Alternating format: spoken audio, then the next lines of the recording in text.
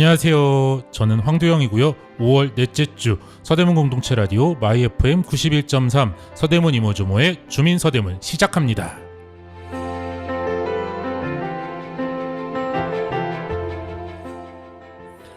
주민 서대문은 한 주간 서대문구에 있었던 모든 소식들, 또 알면 피와 살이 될지도 모르는 이야기들, 동네 미용실 가서 아는 척 대화를 주도할 수 있는 우리 동네 소식들 전해드리는 프로그램이고요. 오늘도 차승현 서대문 노동시민 네트워크 상임대표님, 황호환 서대문 공동체 라디오 제작본부장님 함께하고 계십니다. 안녕하세요. 안녕하십니까.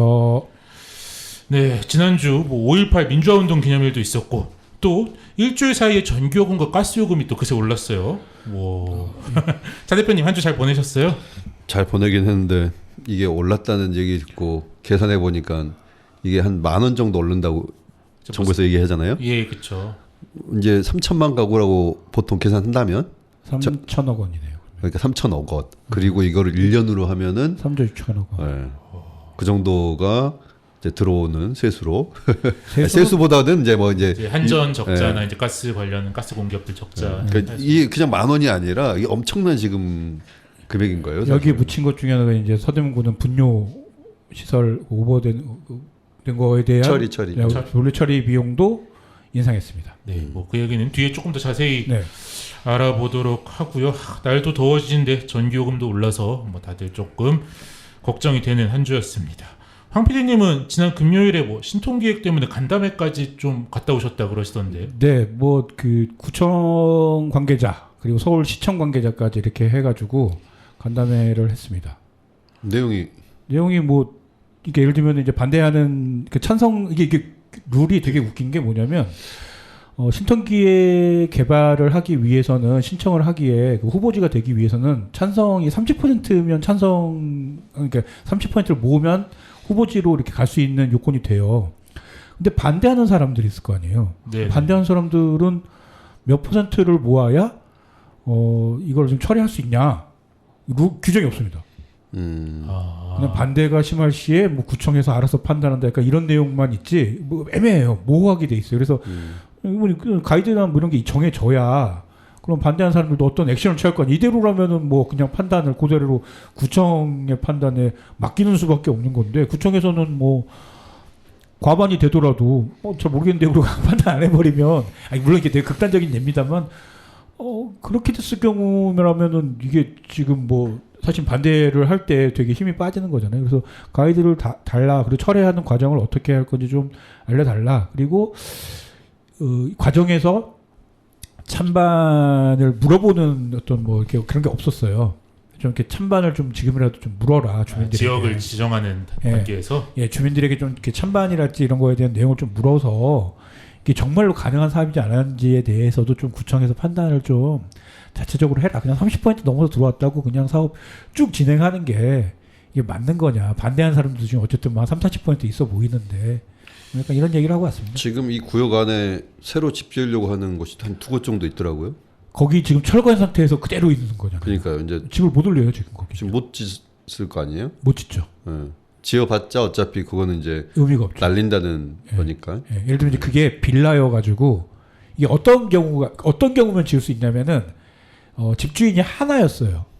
그래서 새로 지었는데 또 집주인이 한 명이야. 그럼 그건 지어도 돼요. 그 뒤에 그거는 이제 그 인정을 받을 수 있어요. 세대수가 늘어나는 건 아니니까. 늘어나면 문제가 생깁니다. 늘어난 수만큼은 소위 말하는 그걸 안 줍니다. 조합원 자격을 안 줍니다. 다 현금 청산해야 되거든요. 그러니까 지어도 좀 문제가 생기겠죠. 근데 원래 구역 지정되면은 이게 수선도 안 되잖아요. 보통 안 하죠.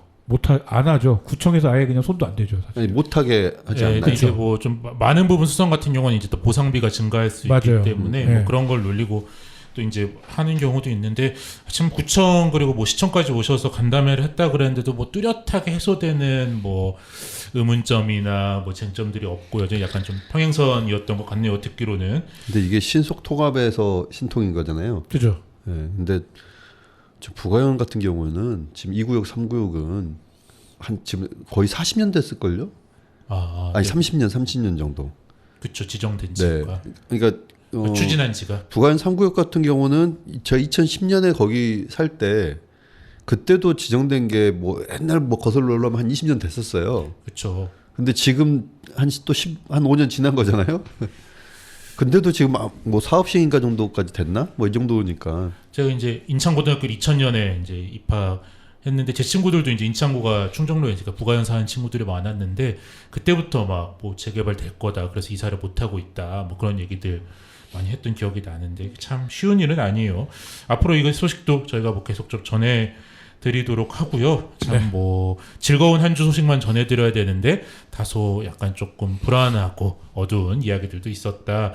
그래서 좀 좋은 소식인가요? 좋은 소식 전해드리면 저희가 지금은 서대문구 관내에선 FM 91.3 그리고 또 전국 세계 어디에서나 팟캐스트로 들으실 수 있었는데요.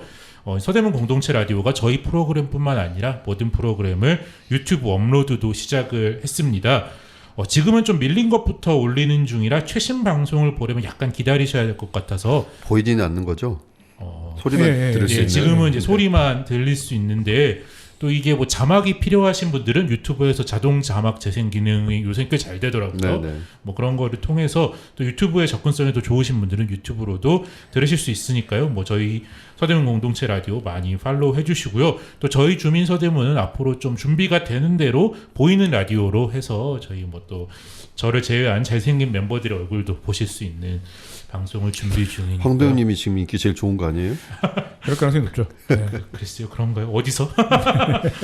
네, 저희 혹시 팬이 있으시다면 적극적으로 서대문 공동체 라디오에 연락을 좀 주시고요. 네, 제가 팬입니다.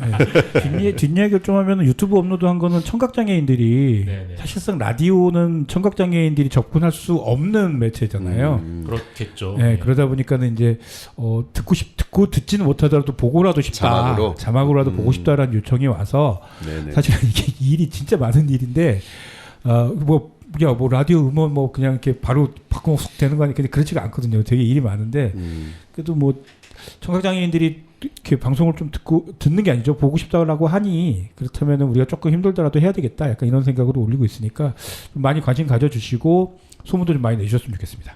네. 그러니까요. 저희 서대문 공동체 라디오가 뭐 생각만 해도 할 일이 참 많으실 텐데도 이렇게 뭐 요청이 들어오면 그 요청이 정당한 거면 뚝딱뚝딱 그렇게 또 열심히들 하시더라고요. 또 많이 응원 부탁드리고요. 이제 본격적으로 지난 한 주 이야기를 시작해 보도록 하겠습니다. 저희가 지난주에는 구청장이 구의회에 고발당했다 이런 소식을 전해드렸는데요. 이번에는 보건소장이 구의회에서 한 발언 때문에 주민에 의해서 인권위에 제소되는 일이 벌어졌습니다. 이게 이제 홍은동에 있는 정신장애인 거주시설 한마음집 관련 때문인데요.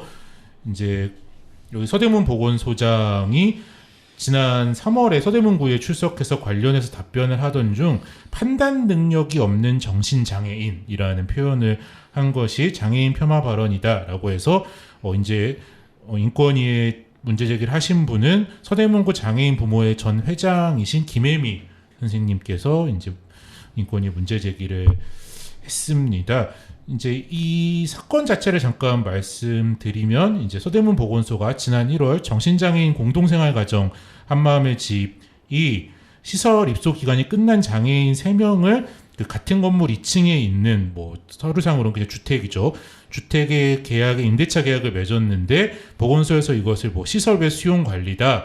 이제 뭐 등록된 시설이 아닌데 뭐 불법으로 수용하고 있다라고 해석을 해서 이제 한마음의 집을 문제 제기를 해서 지금 이게 한창 논란이 있는 상황이죠.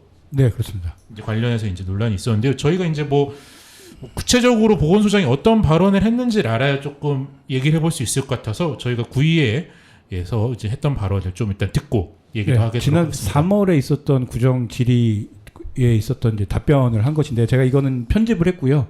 그 답변만 주로 이렇게 중심으로 해가지고 편집을 했던 내용이니까 한번 들어보시면 좋겠습니다.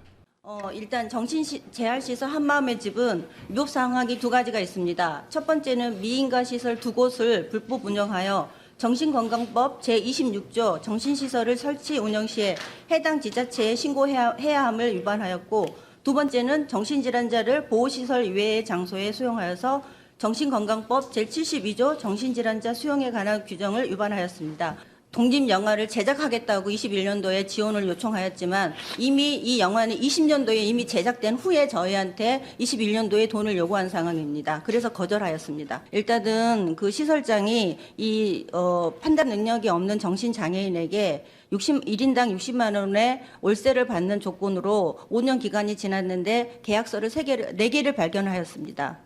그분들이 판단력이 없는 정신장애인이라고 지금 확신하시는 겁니까? 저는 수년 동안 정신질환자들을 진료를 하였습니다. 네, 그 내용을 몇 가지 하면은 이제 이게 내용을 하면은 그 한마음의 집이 3층 건물이에요. 지하까지 하면 3층 건물인데 법적으로 한마음의 집이라고 해서 그 공간으로 시설로 된 거는 2층을 제외한 나머지 건물의 나머지는 지하 1층과 1층은 이제 등록된 그렇죠. 거기로 등록을 한 거죠. 시설로 등록을 했는데 2층은 그냥 집주인하고 그 상황에서 그 센터장 원장이 개인적으로 이제 그 뭐라 그러죠? 그냥 임대차 계약을 맺은 상태에서 전세 계약을 맺어놓은 상태인 거죠. 그러니까 시설로 전대차를 한 거죠. 그렇죠. 시설로 등록은 안 돼 있었고, 근데 이제 보통 이제 이런 한마음이처럼 이런 시설들에서 사는 정신장애인들은 5년을 못 삽니다.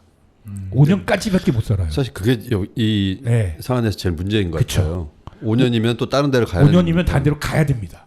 근데 사실 이게 뭐 우리가 뭐 이렇게 어떤 뭐 필요에 따라서 가는 건 모르겠는데 5년을 살았는데 더 살고 싶은 사람도 있을 거 아니에요. 그러다 보니까 이거를 이제 2층을 원장이 개인적으로 임대를 해서 다시 이제 전대차 계약을 한 거죠. 그래서 이제 살아라. 월세를 60만 원씩 받고 살아라.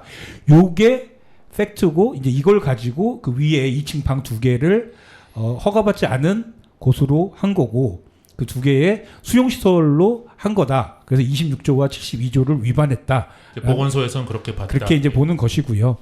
이제 이거를 이제 과대해서 평가를 하는 것이 아니냐라고 이제 얘기하는 것들이 있는 것이고 거기에 대해서 이제 아까 중간에 또 나왔던 뭐 2020년도에 만들었던 영화냐 뭐냐 이거는 이제 또 다른 쟁점인 건데 이제 이 한마음의 집 원장님이 계속 그 정신장애인 관련된 영화나 이런 것들을 계속 제작을 하고 있어요. 그래서 팩트를 저는 이제 계속 취재를 해보니까 약간 보건소장의 입장과는 좀 다른 이야기들이 나오긴 하더라고요. 뭐냐면은 이게 새로운 영화에 대한 공모였지 2020년도에 제작된 영화는 사회복지 공동 모금에서 이미 받아서 그건 제작을 했기 때문에 그걸 다시 돈을 달라고 했었던 것이 아니라 아예 새롭게 공모를 해서 정신장애인과 관련된 이제 그런 영화를 만드는데 공모를 했으면 좋겠다. 그래서 5천만 원의 예산으로 공모를 하자라고 했었던 내용이지 20년도에 제작된 영화에다가 5천만 원을 내놓으라고 했었던 이야기는 영화가 A, B, C가 있는데 네.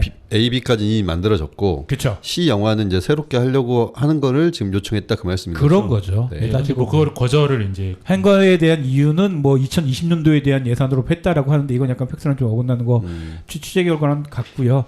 가장 크게 문제가 됐던 건 이제 이분이 정확하게 뭐라고 그랬죠? 판단 능력이 없다고 그랬나요? 네. 예. 판단 능력이 없는 네. 정신장애. 네. 라고 했고 거기에 대해서 이제 서우성 의원이 왜 판단력이 없다고 판단하냐라고 했는데 지금 이분이 질문을 하고 계신 분은 더불어민주당 서호성 구의원이시죠. 네. 의원이 이렇게 질문을 했더니 이제 뭐 단연간의 어떤 자기는 이제 뭐 정신질환자 환자를 봤다라고 했는데 진료했다. 그래서 이제 궁금해서 알아봤는데 이분은 내과 전문이에요. 네. 그래서 저는 약간 이제 의문이 들더라고요. 내과 전문의가 정신과 진료를 받다라고 자기가 이렇게 얘기하면서 되게 자신 있게 얘기하잖아요. 정신 이런 질환자에 대한 이야기들을 되게 자신 있게 하는데 단연간 이렇게 몇 년 동안 봤었다라고 얘기하면 그 받는 건가 약간. 이제 뭐 의문이 들긴 하더라고요. 그러니까 정신 장애가 있다고 하더라도 이제 각자의 판단 능력은 굉장히 그쵸. 뭐 상이할 수 있는데 여기서 이제 구체적인 개개인을 뭐 봐서 이제 판단하는 것이 아니라 거기에 있는 뭐 2층에 지금 세를 살고 계신 분들이 뭐 판단 능력이 없을 거라고 이제 전제를 그쵸. 하고 발언을 한 부분이 이제 인권 침해적인 요소고 장애인을 폄하하고 모욕감을 주는 표현이다라는 그런 이유로 이제 진정이 제기된 거죠. 그리고 이제 판단 능력이 없는 정신 장애인이라고 말씀하신 거는 결국은 지금 한마음 원장님이 그죠. 네, 판단 능력이 없는 사람들을 일종의 기망 뭐 이제 그죠. 사기라는 거잖아요. 네, 그렇죠. 사기 쳐가지고 이 사람들을 지금 수용해서 돌보고 있다. 이게 지금 저변에 깔려 있는. 사실 그게 핵심인 거죠. 그렇죠. 네. 근데 이런 게 보면 참 안타까운 게 우리 사회가 지금 장애인들을 이제 이렇게 돌볼 수 있는 공간 이런 시설들이 굉장히 부족한 거잖아요. 그죠. 이걸 하고 계신 분들도 법대로 하자면야 당연히 그냥 5년 지났으니까 보내면 되지만 그죠. 어디 가서 그분들이 또 다른 시설에 어떻게 갈 거예요. 그게 아니니까 지금 이렇게 일종의 선의로 하시는 거를 너무 법 해가지고 이 테두리에 가두려고 하니까 너무 어려운 문제 같아요. 이게 지금 근데 이게 확대 해석이 정말 위험한 게 뭐냐면 저도 보니까 26조나 72조를 확대 해석하면은 이게 지금처럼 보건소가 약간 저는 확대 해석하고 있다고 저 개인적으로 생각하는데 이걸 이런 식으로 확대 해석하면 뭐가 되냐면 저희 이 방송국 인근에도 SH에서 운영하는 그 장기 임대주택이 있어요. 거기에 제가 아는 한에서도 정신장애인 분들이 살고 계신단 말이죠. 그럼 그 시설은 시설인가요? 아니면은 거기는 수용인가요? 이게 확대 해석을 해버리면 SH나 LH에서 그 장기 임대로 내주는 그런 주택들도 그렇게 자칫하면 해석이 될 수 있거든요. 이러기 때문에 사실은 이 정신장애인들이 자체적으로 혼자서 계약을 할 수 있는 계약 능력에 대한 것들을 이렇게 믿지 않으면 거의 대다수의 시설들이 다 그런 식으로 되는 겁니다. 그러면 저는 약간 위험한 발언인 것 같고 그리고 이거 관련해서 내용을 보건복지부에다가 그 질의를 했더라고요. 그 인권위에다가 이제 했던 분이 재수하신 분이. 네, 재수하신 분이 질의를 했는데 보건복지부에서 다시 온 답변은 상황만 보면 그거는 수용으로 보긴 좀 어렵지 않겠냐라는 게 해석이었고 그냥 같이 모여서 하는 걸 수용이라고 볼 수는 없다. 이게 좀 약간 핵심적인 내용이었고 거기에 덧붙인 내용은 이 법을 최대한 정신장애인의 인권에 맞춰서 생각해야지 무조건 기계적으로 이렇게 해석하면 안 될 것 같다. 약간 이런 식의 해석으로 다시 돌아왔거든요. 그렇기 때문에 사실은 보건소가 좀 무리하게 잣대를 대고 이야기를 하는 것이 아닌가 약간 저는 좀 그런 생각은 듭니다. 다만 이게 이제 헷갈리는 이유는 그 시설이 2층에 있었다는 것이 헷갈린 건데 그걸 어쨌든 판단을 하면 되는 건데 그거는 구청이든 뭐 입장에서 판단하면 되는 건데 계속 뭐 불법이다 이렇게 얘기하면서 검찰이 또 고발을 해버리는 거니까. 근데 아까 이게 한 10몇 분짜리 영상인데 질의랑 답변이 이제 원래는 한 12분 정도로 왔다 갔다 하는데 내용에 보면은 굉장히 이제 보건소장이 이런 얘기도 합니다. 뭐라고 하면은 뭐 고발을 했는데 뭐 죄가 없으면은 뭐 검찰에서 취하지 않겠냐. 약간 이거는 되게 들으면서 그러면 그냥 뭐 구청이나 이런 공무원들은 고발하고 뭐 취하되면 끝. 약간 이렇게 될 문제는 아닌 것 같은데 저렇게 쉽게 말하는구나. 약간 보건소장이. 그렇죠. 고발을 한다는 것 자체가 진짜 한 사람한테 큰 스트레스를 그렇죠. 주는 건데. 그러니까 저는 이제 어쨌든 뭐 시설에서 위장 시설이나 뭐 그런 것이 없도록 계속 잘 지자체가 관리 감독하는 건 맞는데.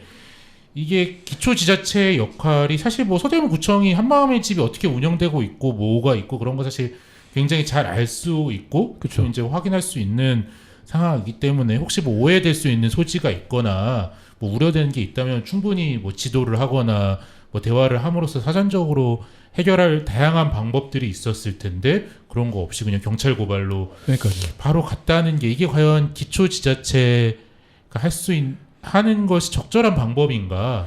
약간 좀 들어요. 이게 행정을 하는 데 있어서 저 같은 만약 진짜로 이제 애정이 있고 뭔가 이런 시설들에 대해서 정신장애인들이 좀 제대로 무언가가 좀 관리도 말이 좀 이상하긴 합니다만 그러니까 그런 것들이 좀 맞다라고 생각한다면 사실 2층에 있는 게 보면 제가 볼 때도 좀 위험할 수도 있을 것 같긴 해요. 이게 논리적으로 조금 위험하다 그러면은 꼭 굳이 여기다가 월세를 해서 이렇게 주셔야 되냐? 다른 데 구해가지고 이렇게 하시면 안 되냐? 조율할 수 있는 문제잖아요, 사실이요. 아니 그리고 이제 2층까지 네. 그 시설로 또 확대할 수도 있는 거잖아요. 뭐 그럴 수도 있겠죠. 근데 그걸 이제 공동생활 과정으로 확대하면은 나가야 되니까. 또 5년이 지나면 네네네. 그런 문제도 있겠죠. 그렇죠. 뭐 그래서 이제 이 사건 자체는 이제 앞으로 이제 경찰에 고발이 됐건 좀 고발이 취하돼서 해결이 되건 저희가 좀 더. 근데 이제 이게 종합행정의 과정으로 보면은 보건소는 이제 했지만 네. 사실은 이제 이 시설에 대해서 이제 관리나 더 확대하는 거는 이제 장애인 정책을 하는 그죠. 복지 담당과거든요. 네네. 근데 이 지금 논란에서는 이 부서에 대한 얘기가 전혀 지금 없어요. 그죠. 저는 이것도 조금 돌아봐야 될 부분. 약간 그래서 사실은 들리는 소문에 의하면 이제 그 약간 보건소 측의 약간 개인적 감정이 뭔가 이렇게 있어서 잡는 거다. 약간 뭐 이런 뒷이야기도 있긴 뭐 확인되진 않았지만 네. 확인되진 않았지만 이제 그런 썰이 돌 정도로 네. 약간 이해하기 힘든 그렇죠. 좀 이해하기 쉽죠. 왜냐면 이제 사실은 이렇게 나오면은 뭐 보건 정책과든 뭐 이런 데서 와가지고 뭐 전체적으로 이렇게 뭘 고민하면서 같이 이게 했는데 그게 아니라 그냥 보건소에서 관리 감독하는 과정에서 문제 생겼으니까 고발하겠다. 뭐 이걸로 그냥 딱 끝내는 거라서 조금 약간 석연치는 않고 개운하지 않습니다, 사실은. 예. 저 이제 뭐 논란 속에서 오히려 정신장애인들의 인권이 더 침해되고 있는 상황이 발생해서 좀 그렇죠. 안타깝네요. 그리고 이게 자기가 정신장애 그런 이야기 좀 안 했으면 좋겠는데 네네. 그렇게 얘기해놓고 뭐라 그랬죠? 아까 이제 다시 판단 능력이 없는. 판단 능력 기억도 안 나. 판단 능력이 없는 정신장애인 이렇게 얘기해놓고 나서는 그런 얘기 해도 되냐 그랬더니만 자기는 몇 년 동안에 이렇게 진료가 있었기 때문에 잘 안다. 이야기 대부분 앞에 할 얘기도 제대로 된 얘기도 아닌데 뒤에 할 얘기도 제대로 된 얘기는 아닌 것 같아서. 그렇죠. 이제 뭐 내과 의사긴 하지만 의사면 더더욱 그 한 사람의 뭐 질병 상황이나 장애 네. 상황에 대해서 그렇게 쉽게 속단할 수 없다는 걸 더 잘 알아야 될 텐데 좀 매우 안타깝습니다. 이게 공무원으로서 좀 자격이 있는지 없는지까지도 사실 고민이 될 정도로 너무 막 이야기를 하셔서 조금 보건소장 같은 경우는 보통 이제 이런 전문의 출신들이 네. 하시다 보니까 네. 이제 이런 공적 활동을 많이 안 하시는 경우는 많죠. 뭐 그랬다고 해서 이거를 좀 용서될 건 아닌 것 같고. 공무원으로서나 의사로서나 다 부적절한 네. 발언이었던 근데 의사로서도 부적절한 것 같아요. 저는 약간 네. 이 말씀 듣고 나서 제가 검색을 계속했는 게 뭐냐면은 아까 그 뭐 몇 년간의 진료 그 얘기를 했을 때 정신과 전문인가 보다라고. 저도 그렇게 생각했는데 봤더니 내과. 막 검색을 했어요. 그래서 막 알아보고 막 그랬더니 내과 전문이라고 그래서 뭔가 좀 앞뒤도 안 맞는 답변을 하는 거고 이게 의사로서도 이게 적절하지도 않고 보건소장으로서도 적절하지 않은 뭔가 좀 뭐 그런 거였습니다. 앞서도 말씀드렸지만 저는 이제 이 장애인 정책을 담당하는 구청의 우리 부서가 사회복지과거든요. 네. 사회복지과는 여기에 대해서 어떤 생각을 갖고 있는지가 참 궁금한데 그거는 한번 제가 알아보고 다음 주에나 그래 주시죠. 한번 이야기를 해보시죠. 예, 숙제를 드리겠습니다. 좀 알아봐 주세요. 다음 소식은 지난 12일에 신촌에서 성소수자 큐어라고도 하죠. 큐어들이 모여서 집회를 했다는 내용인데요. 뭐 지나가시다가 신촌 지나가시다 보신 분들도 많을 것 같아요. 이 집회는 서울대, 고려대 등 10개 대학 성소수자 모임이 서울 큐어 퍼레이드 서울광장 사용 불허를 규탄하는 뭐 그런 내용으로 무지개 행진을 한 건데요. 이제 서울시가 서울 원래 7월 1일 날 지금 예정되어 있는 서울 큐어 퍼레이드를 서울광장에서 못 열게 한 것을 이제 항의하는 성격의 집회에서 이제 약간 뭐 큐어 퍼레이드는 아닌데 큐어 퍼레이드와 관련한 이제 뭐 항의성 집회가 있었다라고 해서 뭐 지나가다가 막 뭐 무지개들 많고 그래서 이게 뭔 집회지?라고 궁금해하셨을 것 같은데 뭐 그런 내용이었습니다. 그래서 이제 7월 1일 날에 지금 기독교 보수 기독교 단체와 이제 큐어 문화 축제 준비위원회 양측에서 했는데 이제 서울시에서 이제 보수 기독 단체가 사용하도록 이제 하면서 이제 좀 논란이 커지고 있죠. 그러니까 보통 그 보수 기독 단체가 이 큐어 축제를 무척 반대하시잖아요. 예. 이게 맞불성 이제 집회 성격이 있는 것 같고 그래서 그분들이 이제 서울광장을 소위 말하는 이제 본인들이 먼저 점하고 못하게 하려고. 정확한 사실은 이제 먼저 점한 건 아니고 이게 약간 계속 논란이 있다 보니까 약간 시민심사위원회 뭐 그런 식으로 했는데 그 시민심사위원회가 이제 오세훈 시장이 되면서 약간 보수적인 성격의 분들이 많이 이제 근데 보통 집회는 누가 먼저 그러니까 뒷말도 그런 얘기가 있어요. 그래서 뭐냐면은 신고하는 건데 누가 먼저 신고가 아니라 예를 들면은 이제 퀴어 퍼레이드 위원회에서 이렇게 신고를 하면은 서울시에서 약간 흘려서 같은 날 행사하겠다고 신고를 하면 이 두 팀이잖아요. 그럼 이제 두 팀을 이제 위원회에서 이제 어디에다 빌려줄지 이제 결정을 하는데 그러면 이제 약간 이렇게 사실 말 그대로 이제 먼저 신청을 하게 하면 거기서 받아서 그냥 해주면 되는 건데 그게 아니라 같은 날이 두 개 순서가 다르게 그냥 두 개 왔을 때 이거를 선정해버리는 방식으로 하면 또 입맛에 맞는 행사만 거기서 할 수밖에 없는 그런 거. 보통 경찰한테 갈 때는 줄을 서잖아요. 네, 누가 먼저냐에 따라서 그래서 보통 보면 전날 오거나 뭐 전전날 오거나 그래갖고 계속 거기에서 이제 서 계시거든요. 그 알바하시는 분도 있었죠. 이제 뭐 정확한 사실관계는 이제 서울광장 자체는 경찰에 집회 신고를 하는 건 아니고 그렇죠, 그 주변 도로는 이제 뭐 행진이나 그런 거는 경찰에 신고를 또 별도로 하고 서울시청, 그러니까 서울광장 그렇죠. 사용 허가 자체를 이제 서울시에서 뭐 조례상으로 관리하고 있는데 이제 시민 심사를 통해서 한다고 하는데 뭐 입맛에 맞는 선택으로 보여진다 이런 거잖아요. 네. 그렇죠. 뭐 그거는 이제 뭐 지켜보는데 이제 제가 좀 이 기사를 갖고 온 거는 요새는 참 대학생 연합 집회 같은 게 참 많이 없고 우리 뭐 형님들께서는 그런 거 참 많이 하셨을 거 아니에요. 대학생 저는 연합 잘 집회. 모르겠습니다. 네. 이제 과거에는 그런 게 참 많고 큰 집회도 많았는데 요새는 아예 뭐 대학생이건 시민이건 가리지 않고 함께하는 집회를 하거나 아니면 대학 내에서 이제 대학 내 쟁점을 갖고 소수로 하는 집회만 많은데 이렇게 대학생들이 다양한 학교가 모여서 하는 집회가 별로 없는데 이런 집회를 한다고 했을 때 요새 이 소위 MZ 대학생들이 그럼 어디서 집회를 하는 게 제일 좋으냐라고 결정한 게 신촌이다. 라는 게 오히려 좀 이 집회에서 인상 깊었어요. 그래서 이제 뭐 신촌 상권이 많이 뭐 쇠락했다라고 하더라도 요새 젊은이들도 그래도 가장 대학생들이 많이 모이기 좋은 곳, 가장 대표적인 대학가를 신촌이라고 생각하나 그런 생각이 좀 들었습니다. 오늘도 신촌을 못 갔나요? 신촌 왔으니까 이제 다른 거 들어야죠. 신촌 왔네 진짜. 예.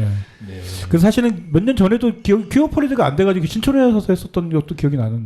뭐 그때는 서울광장을 하려고 해서 못 해갖고 온 건 아니고요. 그렇죠. 이제 뭐 그때까지만 해도 서울광장에서 안 하고 2017년에 2017년일 거예요. 제 기억. 이제 신촌에 그때 차 없는 거리 막 한 지 얼마 안 돼서 뭐 이제 했었는데 그때 약간 뭐 반대 집회도 뭐 예년에 비해서 굉장히 좀 커졌었고 예. 그때 뭐 퍼레이드 자체도 커졌는데 경찰이나 구청에서 약간 조금 그렇게 클 거라고 예상을 못 하고 관리를 안 하고 있다 완전 뒤엉켜가지고 막 밤늦게까지 이 사람들이 정리가 안 되고 그러니까 뭐 난리가 한 났었죠. 시간 동안 뭐 몇 미터를 못 나가고 그랬다는 얘기. 한 시간이 아니라 거의 하루 종일 그냥 대치하고 막 트럭을 몸으로 막고 그런 일이 있었죠. 뭐 그러면서 조금 더 이 양측 딱 이대로는 안 된다. 더 키우자 해가지고 약간 서울광장으로 가게 된 게 약간 신촌인데 근데 약간 이건 뭐 예단하기는 어려운 일이지만 뭐 서울광장에서 끝내 이제 7월 1일 날 퀴어 퍼레이드를 못 하게 된다면 뭐 대체 장소들을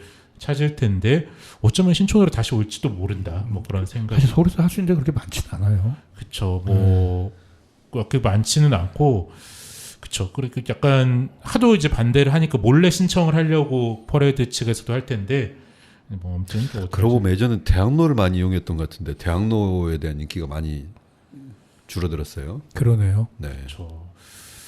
대학로도 마찬가지로 좀 신촌이랑 마찬가지로 약간 옛날에 그런 사람들이 많이 모이는 장소 그런 느낌이 조금 없어진 것 같아요. 그러네요. 예. 네. 대학로는 경찰 해와 경찰서에 신고할 텐데. 네. 그렇죠. 그리고 다음으로는 연희동 쪽 소식을 하나 전해드리려고 하는데요. 우리가 이제 지난주에 5.18 민주화운동 기념일이 있었잖아요. 근데 때마침 이제 전두환 씨에 대한 기사들이 조금 있었는데, 그러니까 뭐 전두환 씨에 대한 뭐 종합적인 기사들보다도 연희동에 전두환 씨의 집이 있잖아요. 그렇죠. 지금도 이제 유족들이 살고 계시는데 이것을 이제 추징금의 일부로 추징할 것이냐 말 것이냐를 둘러싸고 조금 논란이 있어서 하나 소개해드리려고 합니다.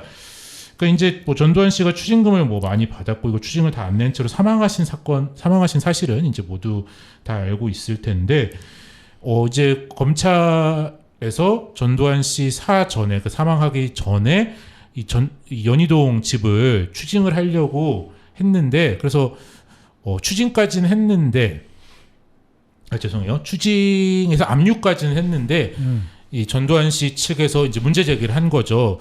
이거는 우리가 쿠데타를 하기 전에 전두환 씨가 쿠데타를 해서 뭐 대통령이 되고 비자금을 받기 전에 군인일 때 산 집이기 때문에 추징의 대상이 아니다라는 주장을 해서 그게 이제 대법까지 재판을 갔는데 그래서 결론은 이 본체랑 정원은 뭐 추징의 대상이 아니다. 그런데 별채는 뭐 비자금이 받고 나서 있는 돈으로 그때 증축을 했었나요? 뭐 새로 그 별채만 새로 지었나 했기 때문에 별채는 이제 추징의 대상이다라고 결정이 됐는데 문제는 이 재판이 한창 진행되고 있는 사이에 전두환 씨가 사망해버린 거죠. 그래서 이제 법적으로 별채는 추징을 해야 된다라고 결정을 했는데 또 하나의 조항이 사망자에 대해서는 추징을 할 수가 없도록 그렇죠. 되어 있어요.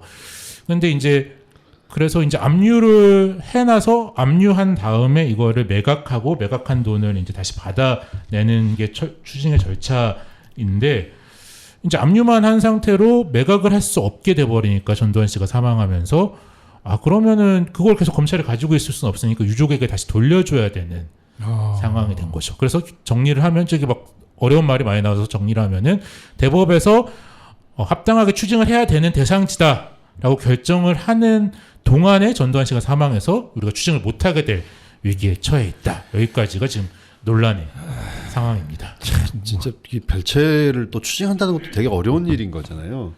그걸 뭐 누구한테 팔 수도 없는 거고. 그렇죠. 예. 뭐 측근이 뭐 다시 살 거다 뭐 약간 이런 얘기가 있었죠, 사실은요. 네, 이제 뭐 그런 사례들이 있었죠. 뭐 측근이 사서 뭐 돌려준다거나 뭐 아니면 뭐 측근인지 아니면 숨겨둔 비자금으로 또 다시 사는 건지를 예. 모르겠으나 그런 것들이 좀 되지 않아서 문제고. 죽을 때까지 약간 시원하게 뭐 하고 가는지를 않네요. 그렇죠. 참 해결이 안 되는 문제고. 그래서 이제 국회에서 이 사망자에 대해서도 추징을 할 수 있다라고 하는 뭐 소위 전두환 3법이라는 것들이 계류되어 있는 상황인데 이것도 이제 뭐 전두환에게만 할 건지 아니면 사망자 일반에 대해서 조항을 바꿀 건지 아니면 이제 이거를 다시 소급 적용을 할 수 있을지 여러 가지 쟁점들이 있어서 조금 어려운 상황인데요. 또 이제 또 연희동 지나가시다가 전두환 사택을 보면은 우리가 아직 좀 해결되지 않고 있는 정의가 있다라는 것도 기억해 주시면 좋을 것 같아요. 궁금한 거는 이제 사망했으니까 거기서 뭐 이렇게 경호하던 인력 이런 건 다 빠졌겠죠? 아닌가?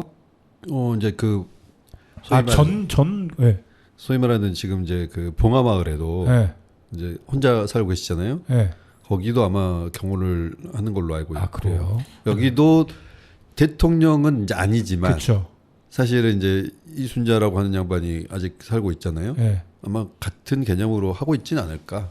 맞을까? 정확히는 모릅니다. 네. 네, 뭐 제가 알기로도 일정 수준에서는 경우가 있다고 알고 있습니다. 알겠습니다. 네, 뭐 근데 이제 이게 보면은 보통 이게 세금 이렇게 탈루하거나 막 이런 신분들이 위장 이혼 많이 하잖아요. 그죠. 네. 그러니까 뭐 이게 이렇게도 뭐 과징금이나 벌칙금, 뭐 추징금 이렇게 받는 사람들도 그쪽 이제 소위 말하는 아내거나 이제 다른 이제 요 그 배우자한테 넘겨버리고 본인은 이혼해놓고 똑같이 그냥 그 집에 살고 있는. 그럼 보통 그렇게 하는 게 위장 이혼. 그러니까 이런 부분을 보면은 좀 이제 저는 추징금에 대해서도 좀 더 과하게 우리가 이제 고민할 필요는 있는데. 또 이제 그 이게 인적 구속력을 갖고 있는 거잖아요. 그렇죠. 그 사람을 이제 벗어났을 때, 이제 그러니까. 특히 이제 사망했을 때, 이건 이제 약간 위장 이혼이 이제 보이는 거지만 그렇지 않을 때까지 이게 한다는 거는 참 이게 법적으로는 어려운 부분 같아요. 이게 약간 감정적으로는 다 해. 근데 이 법의 안정성이라는 문제. 법치국가에 살고 있는 법에 살다 보니 뭐 법의 안정성에 대해서 좀 고민을 해보면 사실 쉬운 문제는 아니구나. 그래서 끝까지 우리한테 숙제를 남겨주고 죽었구나. 약간 이런 생각이 듭니다. 그리고 이제 또 다른 문제로 보면은 결국은 그 이제 이렇게 그 축적한 그 돈으로 이 위장 이혼이든 뭐든 간에 그 유족들은 잘 먹고 잘 살고 있는 거죠. 그러니까 또 이제 이걸 추징해야 된다. 또 이런 이제 의지도 생기는 거죠. 쉬운 문제는 아닙니다, 진짜. 그러니까 좀 살아있을 때 우리가 다 정의의 심판을 제대로 내렸어야 되는데 그러니까 지금 그 뭐 장롱에 뭐 돈이 쌓여 있었네 없었네 막 이런 얘기도 나오잖아요. 벽 안에 무슨 네. 뭐가 있네. 예전에 그 죄송합니다. 돈 냄새가 엄청나다 뭐 이런 얘기도 있었잖아요. 그 뭐 사과 상자에 그 돈을 놓고 했더니 뭐 그런 얘기처럼. 그러게요. 저희 집 벽에는 곰팡이밖에 없는데 좀. 뭐 속상하고요. 여기서 이제 일부 좀 슬슬 정리해야 될 것 같은데. 이제 좀 요새 날씨가 봄이 벌써 끝나나 그런 생각이 드는 날씨들이 여름입니다, 여름. 네, 이제 떠나려는 봄을 붙잡기 위해서 설레는 노래 한 곡 듣고 오겠습니다. 볼빨간 사춘기의 처음부터 너와 나. Baby you 나의 사랑 그대 날 보면 나 함께 있으면 어둠은 사라져 시간은 멈춰서 이 공간엔 너와 나 둘만 남겨져 Love is always painful 널 알기 전 사실 나 두렵던 사랑이란 감정 날 울리던 함정 그렇게만 생각했는데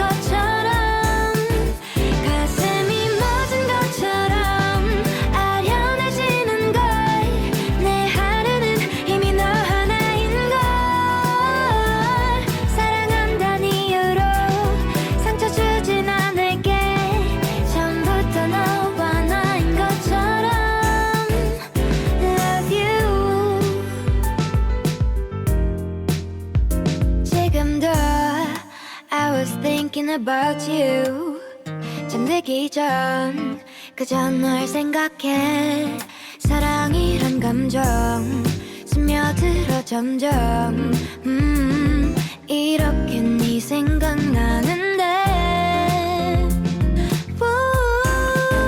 내 안에 빛이 되어줘 나의 맘을 알아줘 내 세상에 밝은 별이 되어줘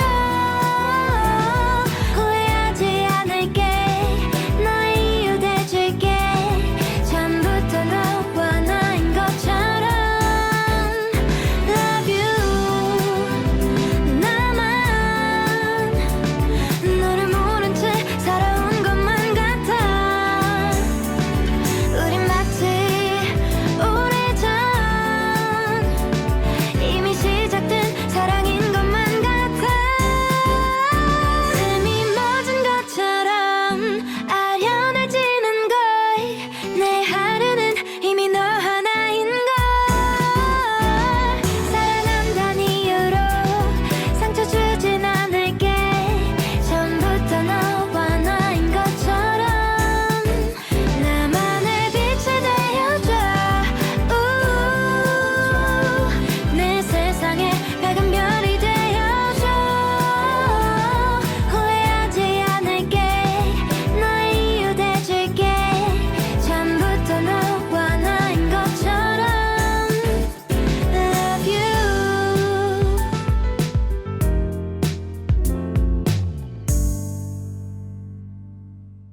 네, 노래 듣고 왔고요.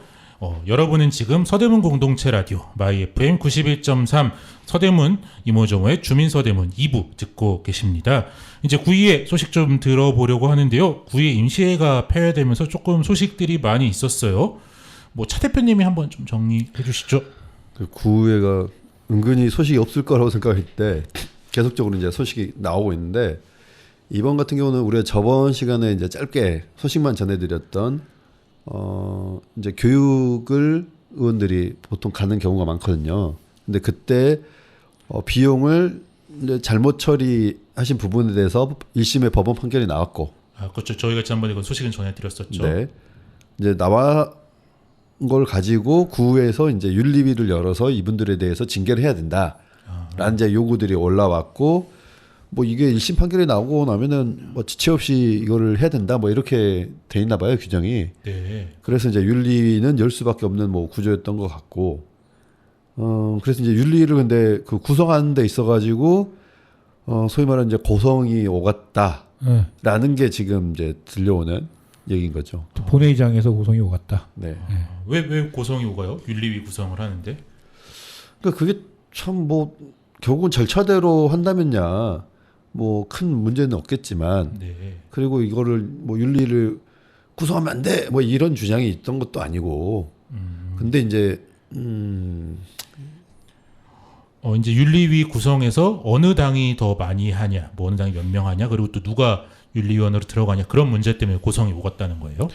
지금 이제 구의회가 민주당 8, 국민의힘 이제 7 이렇게 되잖아요. 예. 그럼 보통 이제 위원회를 구성할 때 7명으로 구성할 때 보면 이제 4대 3, 그러니까 민주당 4, 국민의힘 3 보통 이제 이렇게 구성이 되게 되는데, 이번 같은 경우는 민주당 국민의힘 소속이었던 이제 의원들의 문제긴 하지만, 네네. 국민의힘 소속이었던 분은 현역 의원이 아니기 때문에 네. 이걸 뭐 굳이 윤리위에서 뭐 다루냐 마냐 의미가 없잖아요. 그죠. 그럼 현역인 이제 민주당 의원에 대해서 이제 다루는 부분만 남기 때문에, 네. 그래서 이제 민주당 4, 국민의힘 3 하기도 참 이게 또 난감하잖아요. 그리고 이제 이거 통과하는 것도 그분들은 자기들에 대한 문제이기 때문에 또 이제 투표 표결에 참여하기도 어렵고, 아마 이날 출석하지 이제 그 회의장에 오지 않으신 걸로 또 알고 있고, 네네. 그러면 이제 7대 6이었던 거잖아요. 현장에서. 그렇죠. 13명이니까. 그러면은 이제 뭐 국민의힘이 한 석이라 더 많으니까. 그러네요. 이게 또 본회의에서 또 통과가 안 되고. 그래서 이제 결국은 국민의힘 4, 민주당 3 이렇게 이제 정리가 됐었는데, 한 분이 윤리 이제 그 의장이 보통 이제 이렇게 구성하겠습니다 하고 이제 하거든요. 네네. 통과를 시켰는데 자기는 윤리위 들어가기 싫다. 그래가지고 사퇴를 하셔가지고 국민의힘 넷, 민주당 둘 이렇게 해서 구성이 됐어요. 그리고 이제 위원장에 이진상 국민의힘 소속 의원이 됐고 부위원장에 더불어민주당 소속의 서우성 의원이 이렇게 된 거죠. 네, 그러니까 뭐참 이제 형사 재판이랑 별도로 이제 어떻게 정치적 책임을 물을까 그런 게 징계위인데 뭐 앞으로 조금 더 진행 사항을 저희가 체크. 이제 징계 수위는 공개된 장소에서의 사과, 아니 경고가 먼저고 사과, 그 다음에 출석 정지 30일. 30일 이내에 출석 정지. 네, 이내 출석 정지 그리고 제명이 있거든요. 이 네 가지밖에 없어요. 이 네 가지 중에 이제 윤리위에서 어떤 결정을 하겠죠. 네네. 근데 이 결정을 하면은 윤리위는 이제 본회의에 올려가고 이게 통과돼야지 이게 될 건데, 이것도 이제 그 각자에 대한 이제 인사적인 문제이기 때문에 네. 아마 이제 그 관련된 두 분은 제척이 될 거기 때문에 자기 문제니까. 네, 표를 못 할 거잖아요. 그러니까 13명이 이제 이걸 결정해야 되고. 이 의결에 대해서 결정을 이제 윤리에서 뭐 어떻게 하더라도 본회의 통과돼야 되는데 통과가 그 경고와 사과와 30일 이내 이거 출석 정지는 과반. 아니 이거 그냥 그렇게 처리하면 돼요. 아 그래요? 네, 뭐 이것도 뭐 과반이나 뭐 이렇게 처리하면 되는데 제명 같은 경우가 이제 3분의 2를 넘겨야 돼요. 이게 이제 뭐 제명까지 나올지는 제가 모르겠지만 어쨌든 이런 부분들은 이제 쉽지 않기 때문에 제명이라고 하는 건 그러면 의원직을 상실하게 되는 거예요? 그렇죠. 근데 센 규정이 있는 거구나. 네. 그래서 이제 이 부분까지는 이제 안 가겠지만 왜냐하면 이제 재판이 아직 끝난 건 아닌 거잖아요. 1심이 나온 거니까. 그렇죠. 그렇더라도 어쨌든 구조상은 어렵고 어쨌든 윤리위에서는 낮은 단계로 나오진 않지 않겠나라는 생각은 드네요. 그렇게요. 어쨌든 이제 국민의힘 소속 의원들이 윤리에 또 다수를 이뤘기 때문에 뭐 어느 정도 중한 징계가 예상되는 상황이다라는 거고요. 이제 뭐 주민들이 받아들일 수 있는 수준에서 징계가 잘 이루어지기를 바라고 이제 황 PD님께서 아까 무슨 분뇨 처리 가격이 올랐다 오프닝 때 이런 얘기 해주셨는데 그거 조금 더 설명해 주시면 좋을 것 같아요. 저는 약간 뭐라고 해야 됩니까? 약간 화가 나는 것 중에 하나가 뭐가 있냐면 이게 뭡니까? 어디 있냐? 이렇게 어떤 그래서 조례가 이렇게 뭐 하겠습니다라는 내용으로 보내는 거 아니겠습니까? 그래서 이제 의회가 이제 뭐 이런 조례를 이번에 이렇게 처리를 해야겠습니다. 혹은 처리를 했습니다. 뭐 약간 이런 내용들이 있는 거잖아요. 그 중에 하나가 서대문구 개인하수 처리 시설의 청소 및 분뇨 처리에 관한 조례 일부 개정 조례안 이 제목이에요. 네네. 제목만 봐서는 그냥 조례를 개정한다 내용이잖아요. 약간의 조례 개정이 있고 그 다음에 뭔 내용이냐면은 분뇨 처리 비용을 올리겠다 인상하겠다는 내용이거든요. 이게요. 약간 이게 보면서 이게 사실 제목은 이렇게 돼 있는 건데 이 제목을 보면서 도저히 이게 분뇨 처리 비용을 인상할 거라는 것을 우리가 상상할 수가 없는 거죠. 그렇죠. 어쨌든 주민들이 돈을 내는 거니까 주민들이 잘 알 수 있게끔 안내를 해야 되는데 몰리는 것 자체도 좀 뭐 화가 날 수도 있는데 그걸 제대로 안내를 안 하는 것도 좀 문제다. 근데 이제 이거 올려놓고 난 다음에 네. 집행부가 자 이렇게 인상됐습니다라고 이제 안내하는 거기 때문에 올리기 전부터 안내한다는 것도 좀 어려운 부분이고. 근데 저는 올리기 전에 알려줘야 된다고 봐요, 이거는요. 그러니까 저는 이제 이럴 때 중요한 게 언론의 역할이라고 봐요. 그렇죠. 네. 우리의 역할? 우리도 뭐 포함해서 이제 서울에서의 자치구라고 하는 게 지역성이 너무 떨어져요. 그러니까 이제 뭐 소위 말해서 제가 살고 있는 집도 저 건너편 편의점은 은평이거든요. 네. 그러니까 지역을 구분하는 게 그죠. 참 어려운 거잖아요. 서울이라고 하는 곳에서. 근데 이제 그러다 보니까 지역 신문, 지역 언론이라는 이제 이 생태계가 너무 이제 부족해요. 제 고향인 전남 강진만 해도 지역 신문의 위력이라고 하는 건 엄청나요. 근데 이 서대문에서의 지역 신문, 지역 언론의 역할들이 이런 부분에서 너무 떨어진다고 저는 생각이 돼요. 그리고 저는 이 내용을 보면서 그래서 이제 이것 때문에 사실은 이제 상임위에서 이렇게 오고 간 이야기들을 봤어요. 근데 정확하게 지금 제가 팩트로 비용이 이게 비용 인상되면은 총액이 제 기억으로는 7억인 것 같은데 이거 확인하고 제가 말씀드리겠습니다 나중에. 근데 7억 정도가 인상이 되는데 7억을 어디다 쓸 거냐라고 이제 물어보더라고요. 물어봤더니 일단 뭐 차량을 교체해야 되고, 네. 그 다음에 이렇게 일하시는 노동자분들의 인건비를 인상시켜 주겠다. 뭐 약간 뭐 이렇게 얘기가 되더라고 이렇게 답을 하더라고요 집행부에서. 근데 그래서 또 이제 의원이 또 물어본 거죠. 안 되면 어떡할 거냐? 이거를 어떻게 인상이 안 되면 이 조례가 통과 안 되면 조례가 통과된 게 아니라 그렇게 해서 7억 원이라는 인상을 했는데 그 회사에서 만약에 그렇게 안 쓰면 어떡할래? 이제 용역을 주는 거니까. 그러니까 그 회사가 7억 원이 정확하지 아닌지 모르겠지만 그러니까 그 정도 비용이 들어왔는데 차 교체 안 하고 인건비 인상을 안 해주는 거 이런 거 관리감독 되냐 구청에서 어쩔 수 없다. 답을 그렇게 얘기하는 거예요. 그러니까 이게 이제 그 어쩔 수 없다 구조는 아니고 사실은 그 이제 담당 그 과장이 아마 답을 하셨을 것 같은데 이게 좀 문제인 게 대행과 위탁은 좀 차이가 있거든요. 대행이라고 하는 거는 그야말로 이제 우리 그 구청의 권한이 있는 거예요. 네네. 위탁은 그쪽 사장이 이제 책임을 져야 되는 부분이고. 근데 사실 대행을 위탁처럼 생각하시는 게 많아요. 그죠. 근데 청소는 대부분 다 지금 대행이에요.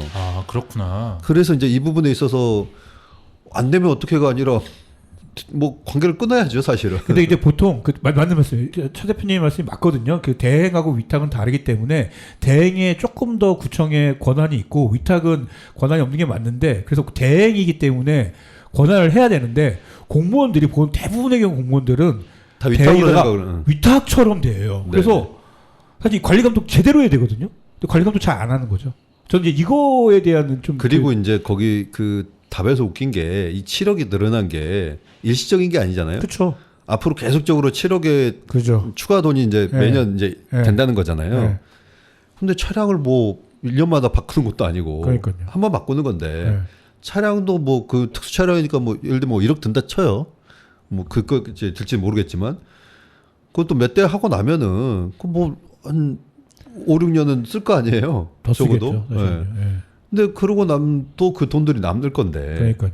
그거를 이제 말씀하신 것처럼 오롯이 인건비 상승으로 갈 거냐 이런 부분들이 좀 문제라고 보여요. 그래서 저는 약간 보면서 그 과장의 담당 과장의 답변을 보면서 관리 감독을 할 의지가 없는 것인가 이건. 그리고 7억이 오를 정도까지 이렇게 굳이 올려야 되나? 그러니까요. 네. 그 말씀하신 대로 차량 교체와 인건비 상승이라면 그보다 좀 더 낮게 낮춘 다음에 이거는 어쨌든 뭐 어떻게 보면 알싸리란다. 차라리 구청에서 차량을 사는 비용에 대한 약간 보증이나 이런 걸 서가지고 이게 사게 하고 갚아나가는 방식으로 해서 인상률을 낮추는 방식도 충분히 고민할 수 있을 것 같은데. 그리고 이제 보면은 이 대행이기 때문에 네. 저는 이제 차량 같은 경우도 업체가 사도록 하면 안 돼요. 그렇죠. 이거 구 예산으로 사야 될 부분이지.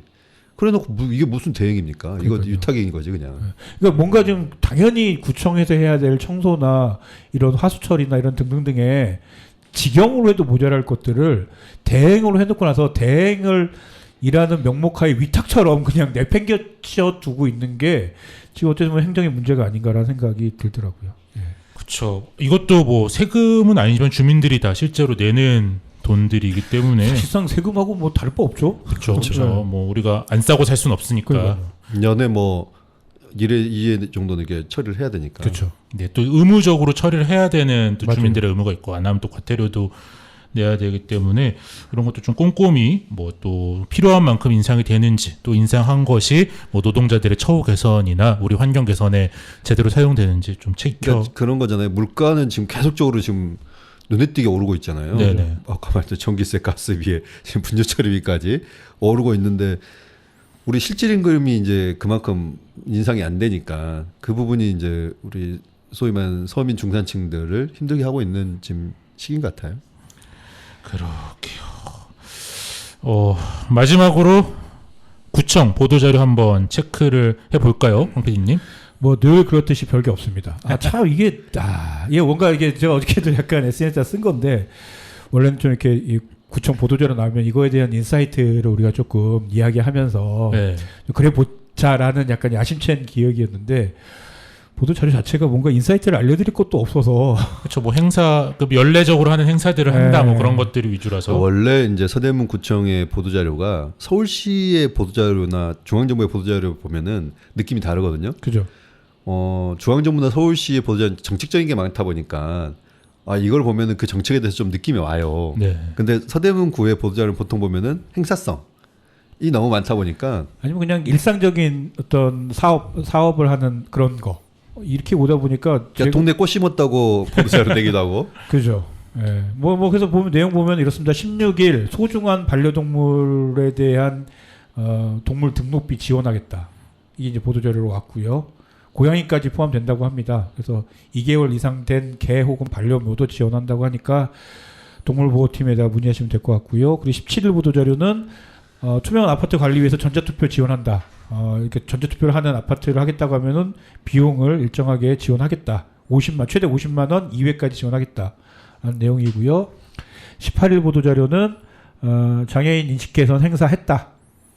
17일 날 연세대학교에서 했다. 이거고, 그리고 서대문구 결혼 이민자들의 모국 음식 요리 솜씨를 뽐낸다. 20일 날 뽐낸다. 약간 이런 내용으로 보도자료가 왔고요. 근데 저는 이거 보면서 결혼 이민자 여성분들이 음식을 이렇게 하는 거는 사실은 참 옛날 건데 지금 하더라고요. 그리고 19일 날 보도자료는 풍수에 대비해서 주인이 없거나 낡은 간판 무상으로 철거해 드립니다. 이 정도입니다. 이 사이트를 얘기할 게 없어가지고 참 그렇습니다. 예. 그렇죠. 말씀하신 대로 결혼 이민자들을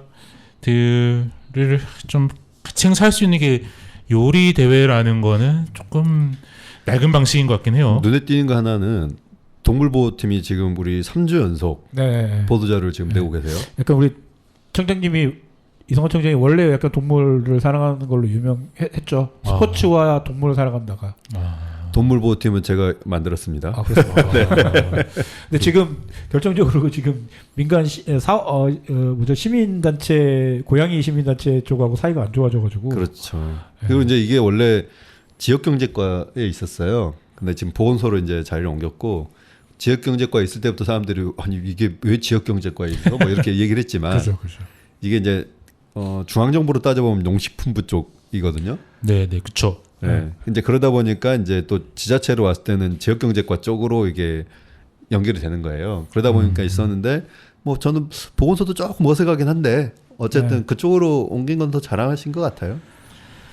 그렇습니다. 그러게요. 다음 주에는 저희가 좀 씻고 뜯고 또 혹은 또 굉장히 반그일 수도 있는 그런 보도 자료가 좀 있었으면 좋겠네요. 저는 이제 조금 우리가 계속 원래는 보도 자료 중심의 지금 방송을 고민했다가 사실은 그냥 이제 이야기 중심으로 지금 하고 있는데 이 부분에 있어서 조금 이제 문제된다고 느껴지는 거는 그냥 너무 일회성 행사 중심의 보도 자료만 나오더라. 맞아요. 그러니까 좀 정책적인 내용 그리고 이제 우리의 삶을 바꿀 이제 분뇨 처리가 다음 보도자료에 나올지는 이제 우리가 봐야겠지만 이 분뇨 처리 관련된 거는 그러게요. 나올 수도 있겠죠. 올리는 거니까 안 나올 수도 그냥 공고만 살짝 하고 넘어갈 수도 있지 않을까요? 근데 이제 이런 거를 사실 알려주셔야 될 거고 그죠. 그런 걸 갖고 우리가 이제 이런 부분에 대해서 이거는 좀 문제지 않냐 이런 얘기를 할 수 있어야 되고 그런데 어쨌든 중요한 건 지금 정책적인 방향성이 우리가 보도자료를 통해서 알 수 없다는 거. 그죠. 그래서 여기에 대한 내용이 너무 지금 부족하다는 게 서대문 구의 문제인 것 같아요. 저는 이제 제가 의원일 때 일부러 보도자료를 저한테도 달라고 했거든요. 왜냐하면 그 보도자료 안 보고 그러면은 무슨 일이 일어난지 저도 모를 때가 있어요. 그쵸. 근데 아주 중요한 이제 내용들이 가끔 나오기 때문에 그래서 저한테도 이제 달라 했고 저도 이제 제목이라도 어쨌든 보고 중요한 건 한번 다시 좀 보기는 했는데. 요즘은 사실 그럴 만한 내용도 없는 것 같고. 그렇죠. 저희는 이제 구청이 알려주지 않는 꼭 필요한 소식까지도 알려주는 방송. 마지막 하나 더 말씀드리면은 이라고 마무리하려고 했는데. 네. 구의회도 저는 조금 안타까운 게 이번에 이제 임시회 끝나고 나니까 쏟아졌다고 맞아요. 했잖아요. 홈페이지 없어요. 그러네요, 진짜. 홈페이지에 보도 자료가 8대 때인가 이후로 제가 보도 자료 지금 올라온 걸 못 본 것 같아요.